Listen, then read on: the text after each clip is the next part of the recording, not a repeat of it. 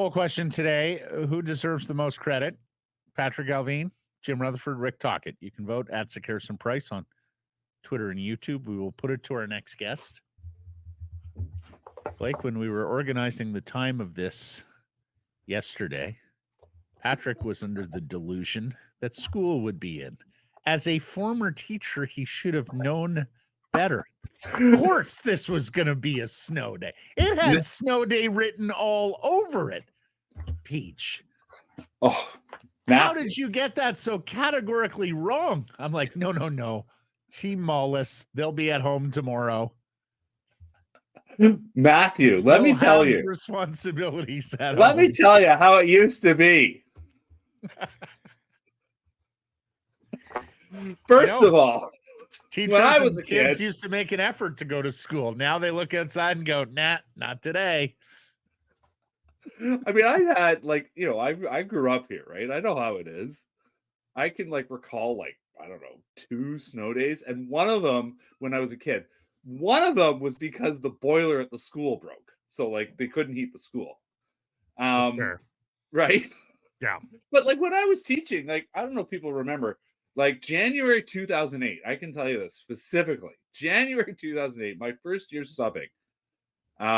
There was this incredible snowstorm the first week of January, and we came back. And I drove out to McRoberts. I was living in Vancouver, and I drove out to McRoberts in southern Richmond. I drove across Richmond, and the snow, let's put it this way, guys, the snow is sticking in Richmond. So you know what that means. But it's below sea level and it's sticking. It's real stuff. So, yeah. And you know what? I answered the phone. The Linda, the lovely dispatch person for the Richmond School District called me. Patrick, are you able to get anywhere? I'm like, yes, absolutely. Great. Where do you want to go? And I said, I don't know. For some reason, I agreed to go to the furthest school I could think of. But anyway, drove across Richmond. Things were fine. Went slow. Saw a lot of people fishtailing. No idea what they're doing. People sliding the snowbanks. I just went, the old Corolla got there. Corolla. Nice. I drove a Corolla. Yeah. Anyway, yeah. So, you know what? They used to stay open, but apparently not. So there you go. I think early teachers are mandated to drive Corollas, in fact. Yeah. I think it's... Yeah. You're not allowed to drive anything else. My father used to get so offended by the notion that we couldn't go to school. The boiler, so put on a coat. What's the matter? Yeah. 2 coats. What do you mean they're not taking the kids today? I've got to deal with them. This was a grievous failure of all things government and bureaucracy when it happened. Anyways, snow day, second in a row. So plenty of time for people to read your terrific Jim Rutherford piece. Yeah, in the province. And Jim, for those who missed it, I've got some notes here I'm going to ask you about. But what was the highlight? The unreported thing? The unreported thing, of course, being that Jim, I texted him, could chat. Oh yeah, let me just see if I can get the office here. And he lives in Dunbar, and I grew up in Dunbar, and I know very well about getting out of Dunbar on a snowy day. So we bonded over that, and then he told me he shoveled out the sidewalk, turned around. The snow was still falling. Felt like he hadn't done anything, but good for Jim, getting up, good and going. No, I think what stood out was the point that I made to him. I said, listen, the risk is the game, right? You're gonna lose. The odds is that you will not win, right? You make all this effort and it was all for naught. Yeah. And I looked at and I think I've mentioned this here before. I looked at Toronto, Tampa, who knew they were going to play each other and that one of them was going to lose, and both of them pushed their chips in last spring. So, and he said, yeah, and then look at Boston. They built up their team and they lost 2, and they were this historic team. So the point is that you do your best to make things happen. You make your team as strong as possible. And then I said, so does that mean adding some players? And he went, he was sort of cautiously, yeah, maybe. They're going to see what they can do. I really think they're going to take some big cuts, and we'll see if they connect on anything. But the electrical fence is still around Wielander and Lacramaki. Yeah. Well, and I point back to the last time I talked to him, which was before Christmas, and he noted the challenge to come with the cap, with the OEL buyout, and that they need to manage their way through that. And one of the ways they're going to have to manage their way through that is they need their prospects to hit. They need Lacramaki, they need Wielander, probably, elite DPD. They need him. They need those guys to line because they'll be cheap. That's how they're going to manage their way through this. Even without talking about what happens with the big Elias Pettersson, or what have you. So, yes. Well, one of the things he said, we've been having these discussions, meaning, getting aggressive at the trade deadline for a few weeks, at least 3 weeks, about where we could go. We feel pretty good with where we're at. Now we're here and look at how our players have performed. What else could we do? And of course, Alvin told Ian McIntyre earlier in the week, he felt like perhaps they owed it to the players to push all in here. So you've got two different members now messaging, and it sounds like laying the groundwork for big swing here at the deadline. No? Yeah, I think would you be at this stage of the game, would you be disappointed if they don't take a big swing at the deadline? Yeah. I mean, they know they have to build, you have to build this team up. Like, this has been a topic that we've had for a few weeks now. You build from the top, you push guys down. This is the Mike Gillis lesson that, you add guys. You add Chris Higgins to your third line so Rafi Torres can be on your fourth line, things like that. Obviously the Canucks need to find a guy. I think really do need to find a guy that can play on the second line, whether that's another winger or that's a center. Elias Lindholm, I think, is a player that they would be interested in. But how you make that work is complicated because you still have inefficiencies on your roster. Some of them they made themselves, Kuzmenko being one. I don't think they expected, no one expected it to go as badly, but the guy hasn't scored in 10 games. Like, it's not even a question now of effort. It's a question of production, and you're paying the guy to score and the guy's not scoring. The 2 goals against San Jose, other than that, it's nothing but zeros before and since. Let me ask you this. I put this to our guests yesterday. With where they're at with Pettersson and to a lesser degree Hronek, but of course Pettersson being a most sensitive file, could you bring in a UFA or RFA and immediately sign them? Or is that tempting and flirting with ticking off your best player? Yeah, I mean, I don't know. I think you play the situation as it comes. I think you rather just add the guy, say, here's our team. The Canucks have made it clear to Pettersson that they want to sign him, right? Yeah, the pile of cash is sitting there. Mm-hmm. It's not going anywhere. Yeah, there's no question. Blake disagrees, Patrick, in case you were wondering. Yeah, the pile of cash is there. Exactly. Like, tell us when you want it. Yeah, and I've talked to a couple people. I actually am not sure what he knows. I'm not sure he knows where he wants to go with this. I was talking to people about this yesterday.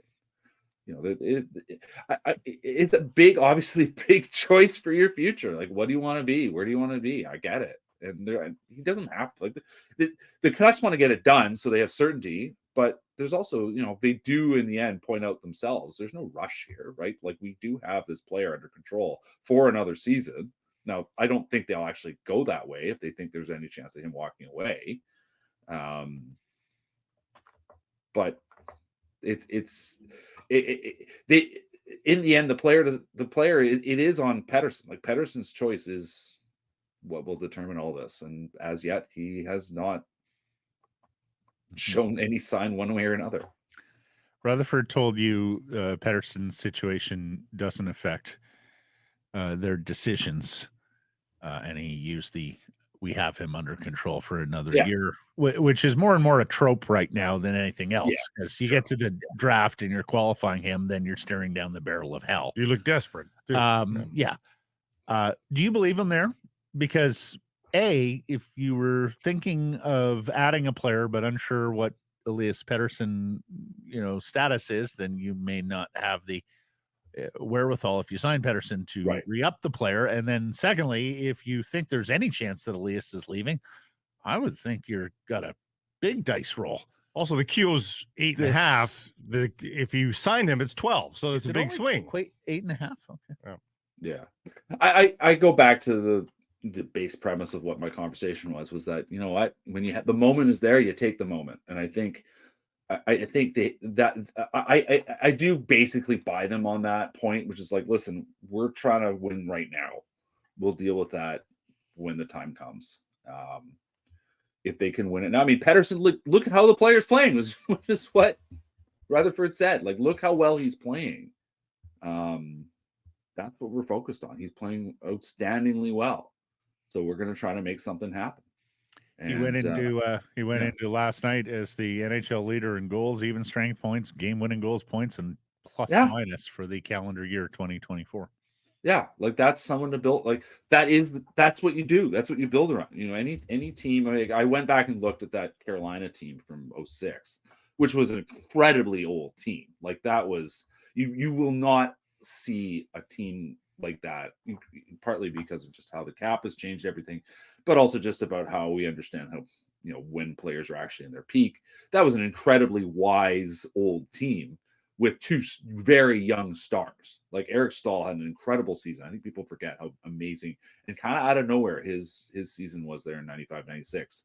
And then Justin Williams, and then you just go down the list. They're just all these guys. And then they basically added a second line in Mark Recchi and Doug Wade.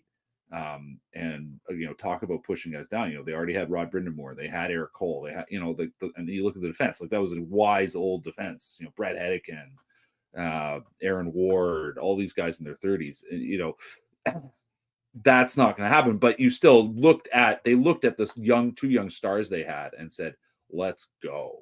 And Rutherford has told me this in the past.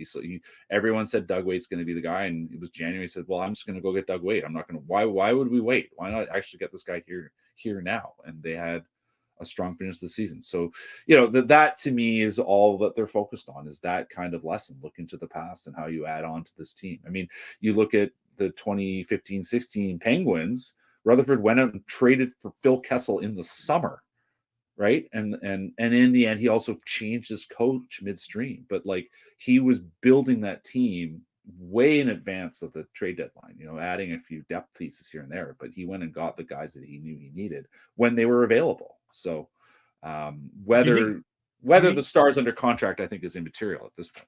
Do you think he's okay with the defense? You talked about the defense there, which wasn't like spectacular because it was old. Yeah. In Pittsburgh, it was relatively no name. This, I think, from an outsider standpoint, I mean, they feel like names to us because we've been around it, but probably to the outsider, it does seem like a little bit of a no-name defense. Yeah. And yet, we know because we watch it every night, they're playing okay. They're not world beaters, but they're playing okay. But do you think they trust it for the playoffs? Well, I mean, both those seasons in Pittsburgh, especially, he added defensemen, right? He added Mark Streit, and Mark Streit barely played in the playoffs. Right, like they went for a bunch of guys that could help no matter what. They got Justin Schultz, who played a big role. Ron Hainsey played a big role. Trevor Daley, he went and said the trend is there. I mean, you think back, as silly as it might be an example, but think back to the Tanner Pearson, Eric Goodbranson trade when he was still in Pittsburgh, right? Like he needed a defenseman. Eric Goodbranson didn't stick in Pittsburgh, but he traded for a depth guy when he needed a depth guy, right? Like the pattern from Rutherford has always been have more defensemen than you need. Mm-hmm. And so, I mean, right now they kind of do, but surely they would like another one. I don't think it's any mistake that we keep hearing that they're interested still in Chris Tanev. I don't know how you assemble it all, but you can find a way. I mean, there's, the Tampa Bay Lightning were $12 million over the cap. People love screaming about that. There are ways to figure your way through to that so that you can get the maximum roster possible. Are you suggesting a late injury for the Vancouver Canucks? Blake has started to muse about this. Are you suggesting that? You never know. Tyler Myers has got a little bit of a ding. We're going to need to shelve him till game one, something like that. Yeah, I don't know. Yeah, I mean, you need a big salary. Yeah, it's got to be a big salary. And right. That's the thing, so. Andre Kuzmenko turns out has been having a leg problem all year. Right, that tweak is really starting to act up. Number of them His there wrist is bothering him. Could That's be why he help. can't score. Can you make heads or tails of this for me from Conor Garland yesterday? That he did not ask for a trade. We were just in cap trouble. They had cap trouble, could only ice 18, 19 guys. We had to move some guys to ice a roster. I was one of them. So I switched representation to help them in that situation.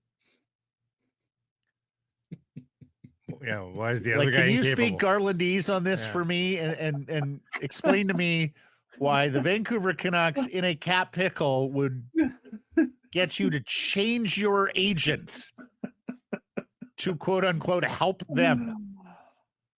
But it's not a trade request. I mean, I do wish I'd been there. Again, snow day yesterday, so stuck at home. Right. But I do wish I'd been there just to see him say this sentence. Like this was with a straight face, apparently. Yeah, always. I've been, he said he said he has since gone to leadership and told them it's not true. He said they all understood. He was happy that he was not a distraction before that 7-1 win on opening night, and that he lives his life here happily, and when people do stop him on the street, it's very positive, which is always the case. Like the one thing that we have heard from every Vancouver Canuck of any stature, probably, with Roberto Luongo somewhere at the top, is every time I get stopped in town, it's hugely positive. Oh, yeah. It's not like angry Canuck Twitter fan walks up to them on the street and starts berating them. The cyber toughness is just that. Of course not. It's starstruck. It's wonderment. They go on up. They're sheepishly, in most cases, they hope for a photo or an autograph or just a moment, a conversation. Yeah. Listen, as I think I wrote at the time, I said, I don't think he ever necessarily said, I want out. But it had been clear for some time that he would be amenable to a trade. Yes. But he would not be upset. Yes. Hey, I think deep down, as much as that line's been cooking, I think he probably thinks this is me without true top six line mates. Yeah. He probably thinks he is a little bit hard done by him, although I'm sure he's having fun winning. Honestly, he's like from where this season started, and through that huge outage of however many games it was without a goal, to sit here at the 44 game mark, I think we can all agree that Conor Garland's having a heck of a season. Oh yeah. Like he kept working. Like the character is always there. Like, listen, nothing that's been said here is a knock on the person. Like the guy who shows up and goes to work and doesn't let stuff phase him. Absolutely. And it's been a great season for him. He is playing his role perfectly that he's been asked to do. He got some PP one time on the road trip, right? Like that to me was a point of there's a player who really is, things are going well. And I'm he's on a line that's humming, he's having fun. And like they hadn't lost 3 games in a row all season, right? Mm-hmm. Like, and Quinn Hughes basically saying like, I thought we could go 7-0 on that road trip. They step on the ice that they're going to win, right? Like there any person who's ever been on any team at any level knows how fun that is. If you've ever had that experience, no matter what the level, you know how fun that is. And when this is your job and this is what they do, I can't imagine these guys will ever, no matter what happens this season, I can't imagine these guys will ever look back and say there was a better experience than this year's team. The way BCIT floor hockey intramurals, exactly. The Puckerazzi, as we were called. Nobody could beat us. As soon as we set foot on the floor, Ryan Rashog is our faithful rover. We weren't losing. We just weren't losing. We loaded up a house league Thursday night basketball team with guys from our high school team one year, and we kicked everybody's ass, and it was so much fun. 2 more. Vancouver Westside Baseball U16 or whatever. Oh, listen to this. We literally sat there. No, it didn't even matter. Like that was a fun team, but there was a day I remember we all realized, and one guy said, "Hey guys, you know what's really great about this team? None of you guys are assholes." Oh, really? really? Awesome. We had the best time. It was just a good bunch of 16-year-old idiots. We had so much fun. Yeah, exactly. Before we turn into Springsteen and little Stevie here, sitting around talking about glory days. Answer the poll. Rutherford, Alvin, Tocchet, who deserves most of the credit on the coaching and managerial side, if you can distinguish, Patrick? I think it is Tocchet, just for the preparation and the assembly of it all, and the sort of mental approach, the mental aspect that he's brought to this, that player centric, that high levels of emotional intelligence, how to talk to people, how to listen. He took a team. Obviously, Alvin has hit some real home runs. Has a misfire in Kuzmenko, but Tocchet has taken what has been handed to him and has made a very fine set of pottery out of this clay. Like there's a lot there, but in the end, it is about assembling it all and being able to do that. And I think Tocchet is absolutely the story here. We'll put you down for Tocchet. Lastly, we understand your dad is a mighty walker on the streets of Vancouver daily and oftentimes listens to this podcast. What's his name? Richard Johnston. Thank you for the support. I hope that your boy's done good. I hope he doesn't have to walk around that bus I saw on the boulevard at Dunbar. I don't know. Here's the thing. When you're a walker and you're starting from Dunbar in this weather, be very, very careful. Yeah. I'm sure he and Jim. Well, no, it's a game day. I've been told Jim Rutherford is very focused on game days, but it's maybe tomorrow or maybe yesterday. I don't know. Maybe they were bonding over shoveling the streets of Dunbar yesterday. He's focused. It's game day. Is he playing? He is. He's on the old goalies, man. Okay. Watch out. May take the skate. Happy hour on Sick Harrison Price. Today's beer of the day, Yellow Dog's Chase My Tail Pale Ale.